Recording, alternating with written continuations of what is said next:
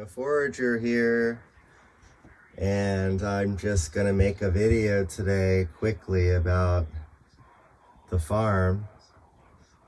But before we go outside and take a look at what's happening, I want to just show off some of the inner child setup that I've got, because this is what gives me the power to do the farm and to stay inspired and to stay motivated and to stay working towards my goals here.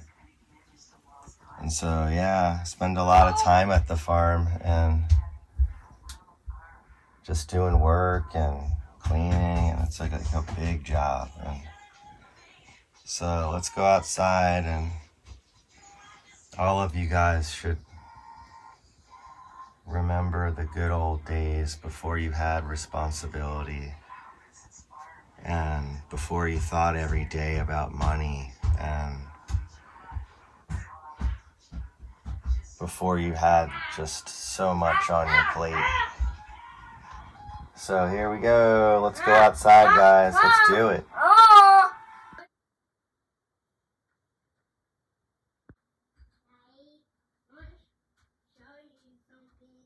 Yeah.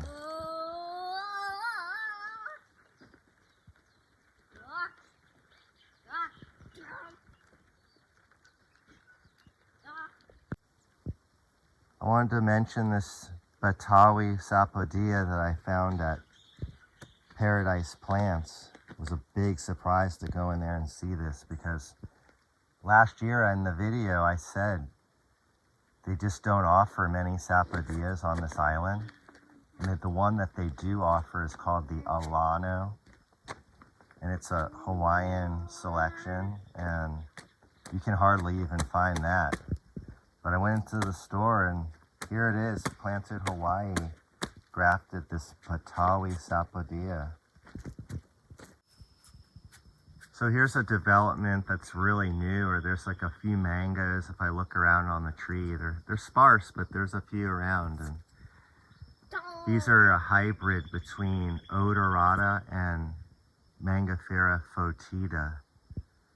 And it was brought here from Borneo, from an actual like germoplasm collection.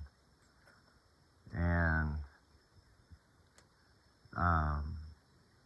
I've only met one person with this mango, and they told me it was like an improved Odorata, and that it was like more fiberless than an Odorata. Here's this is the Rampagni. That's what this type of mango is called. It's the Rampagni. It's an Odorata hybrid. And then there's like this is avocado, which has the weirdest formation. I don't know if it's just on a rock or what, but it's fruiting. I'm not like thrilled about how it looks as a tree, as an avocado tree, I'll say. And then there's this one, which is this is the Yamagata. No, this is the Nishikawa. This is the Nishikawa, which seems to be a slow-growing avocado tree. And then this is the Mai Mai from Kona. That's just a beast. I mean, look at all that flower. I mean, it has a lot of baby fruits on it right now. Doesn't it, Cyrus? There's a lot of baby fruits on that. And then there's this jackfruit that it's from a Borneo red seed that I had a guy send me, and it's fruiting for the first time. And there's like, I'll probably eliminate some of these just for to up the quality of the ones that I do leave.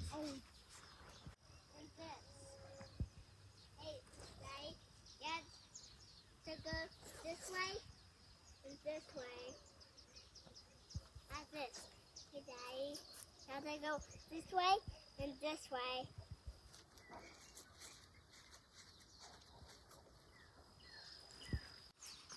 This is a tree I should definitely talk about, because This is my first jackfruit experiment where I hand cross-pollinated a jackfruit, which was a Borneo red, with Malaysia's #1 Champa Jack, the Sri Gadang. I think it's CH38. Maybe I'm wrong. I think I read that somewhere. And so far it looks amazing. You can see it carries the leaf formation of a Champadak, but it doesn't have the hair of a Champadak. And I think it's gonna be a Champa Jack. And it would just be interesting to see, like, if it picks up some Borneo red traits or what, like maybe the size, or it's already a really dank Champa Jack. So that's something new that I'll hopefully name and start grafting and selling.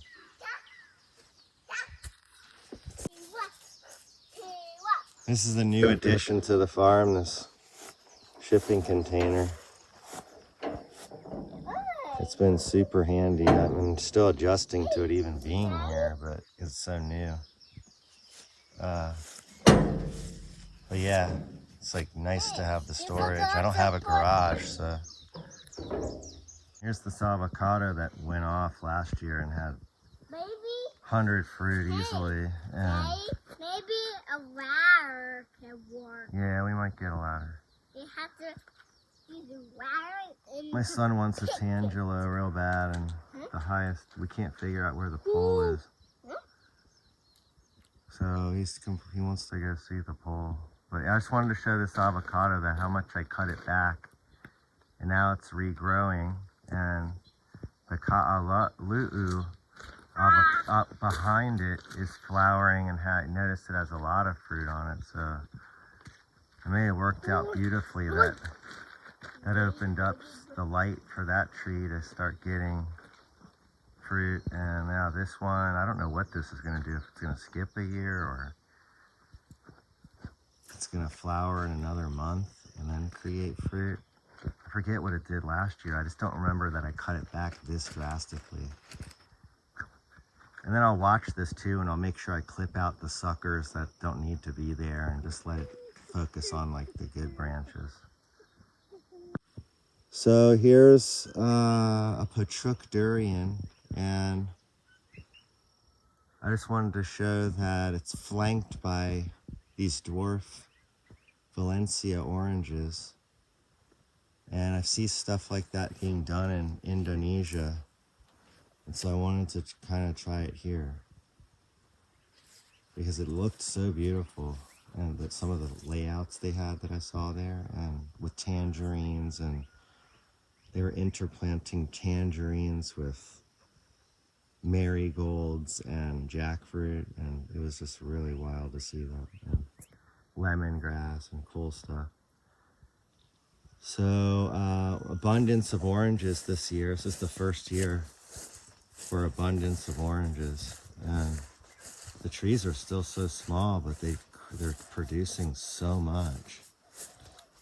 And I did fertilize them this year with some organic calcium, and I think that's it. And probably some other nitrogen too. So I'm pretty stoked about how many oranges these trees are producing. They're only like 3-4 years old, the most 4. And they start off pretty slow. And there's a lot of like having to watch them to make sure suckers off the rootstock don't take off. Seems like when they're young, they're very prone to start shooting off suckers off the rootstock. So you have to watch that. And I spray them too with also,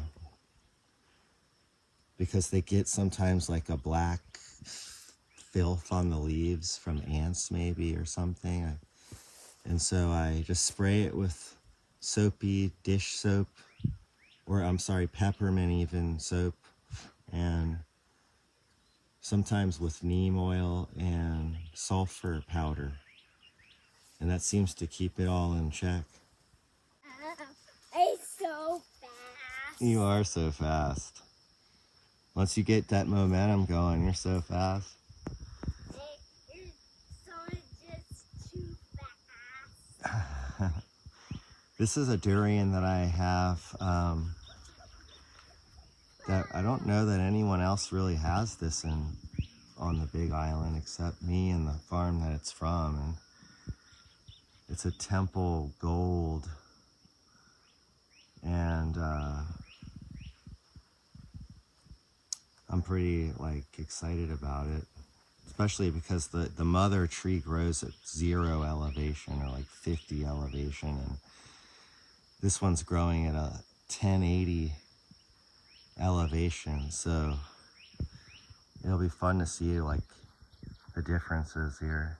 Plus it's on a big mound, and it's at least 7 feet off the ground. And I'm stoked about the formation of it, and just overall I grafted that myself, and the cat had almost killed it and it bounced back from it. So the first I want to say the first 3 years were it was just barely growing, or it was like watching nothing really happen, and then suddenly it started coming to life. So once it started coming to life, it really started going. And then over here on this side is a different durian. This is my M-Dur 88. And all these trees have been prepped for a possible flowering in May. So that means I cleaned up all the branches. You won't find any small little worthless branches on the tree. There's also been branches taken out, and so that there's lots of air, and it's kind of my strategy is to keep it airy and try to keep it clean, especially at this time of year where I think it could flower. I just think, okay, yeah, it's been a dry spell. There's lots of nutrition that's been there since December. That was the last time I fed it, and it should be good to go. If it wants to, it's good to go. Just want to get a close-up of the inner branches here, just to show you how I've cleaned them all up,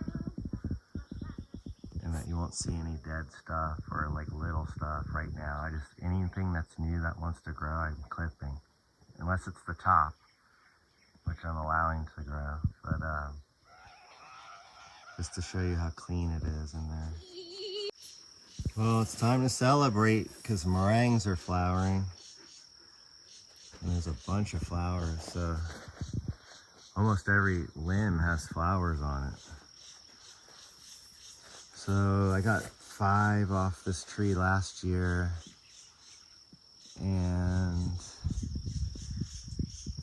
they were all very good, but I don't say very small, but I'd say average in size. Whereas the other tree I had produced above average sized. This tree hasn't been mulched like the other one though, so it could be that, or I gave this tree a lot of nutrition after the last fruiting. I cut back any dead stuff, and the tree looks really great. It's only getting light on this side of the tree, the back side of the tree doesn't get light. So most of it's reaching this way. And I'm just hopeful for some fruit. We'll see in 2 months. I'll make another video and see how they're developing. But it'd be nice to have some meringues this summer.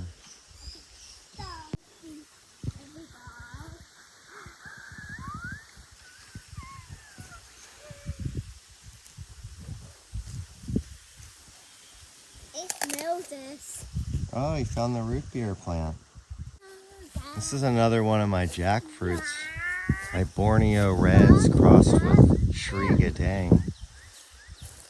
It has the same leaf pattern as the previous one we looked at earlier in this video. So I'm hopeful, very hopeful. My friends have had a Sri Gadang seed sent to them from Lance on Oahu, and who can go to has access to the Frankie's fruit stall, and he buys the Sri Gadang and I guess sells the seeds. And so there's a local family here that does have a Sri Gadang seedling, and I think it turned out to be fantastic. Picture they showed me looked good. They said it was good. They've never had a real Sri Gadang, which I grow here, and I have had fruit, and so they don't have a reference. But hopefully, if theirs gains momentum, we could do a trade, and I could get one and do a side by side. So that's my second experiment, and I have another couple. I think I have 2 more, so I have 4 total out of these experiments. This is a Nona they call the Pochte, or the Guatemalan Cherimoya. And I've never actually tasted one, so I'm only going by someone's opinion. But they said it was so good that it's easily a commercial quality, and that it looks like a Rillenia but tastes like the Cherimoya that we don't really get here. And like in Southern California, Cherimoya is like one of the better fruits there, but here it's super hard to grow because there's no pollinator, and so not a people. I mean, it's hard to even find the plant for sale. Plus, there's a new mite here that's going after the Anonas, and some of them get hurt worse. Like the Rillenia seem to be getting clobbered by it, and Soursop get pretty clobbered by it. This one seems to be a little more resistant to it. So I'm kind of all in. I've got 3 Pochtes. There's 1, there's 2, and there's the 3rd one right there.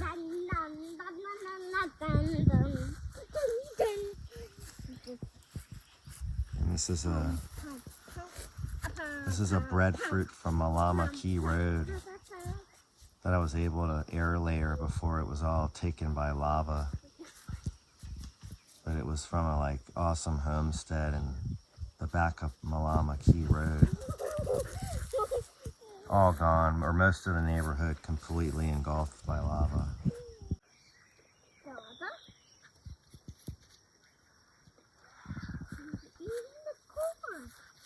I wonder why.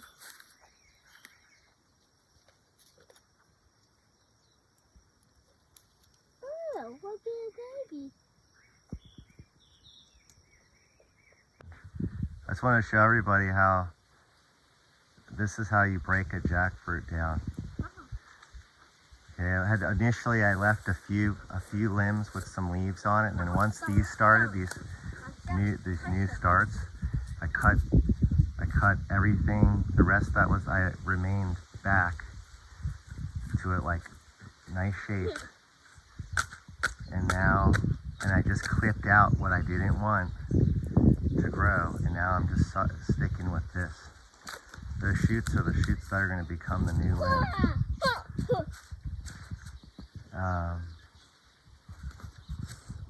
So yeah, major. That's like a major deal. Like that was a major pile of branches. This is a jackfruit seedling that I took from a Florida guy, and he had this NS1, which is like Malaysia's first commercial jackfruit variety. And it's a crunchy, orange-ish jackfruit. And I think they get to be like 20 pounds or 20 5 pounds are the biggest ones. So I said, sure, why not?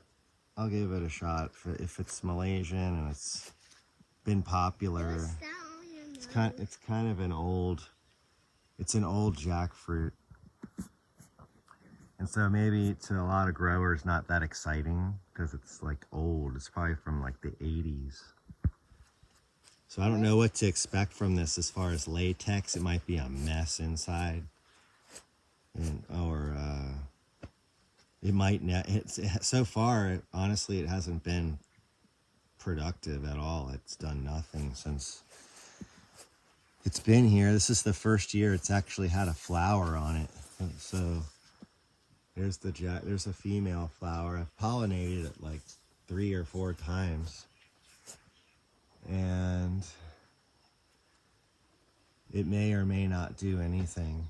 Before I sign off, I want to say this is a good good sapodilla that I got at Plants at Hawaii. It was $80.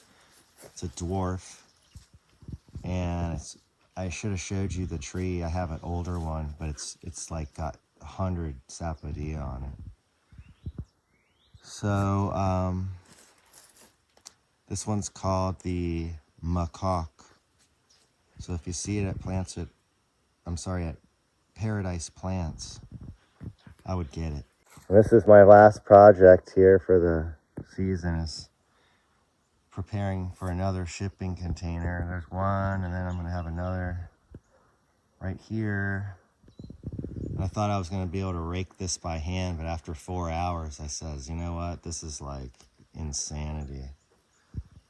So some guy's coming to bring us skid steer out here in a couple days, and we're gonna just do it. Probably get it done in an hour and a half and be done with it. And then hopefully the container's delivered shortly after, in a couple days after, or probably next week.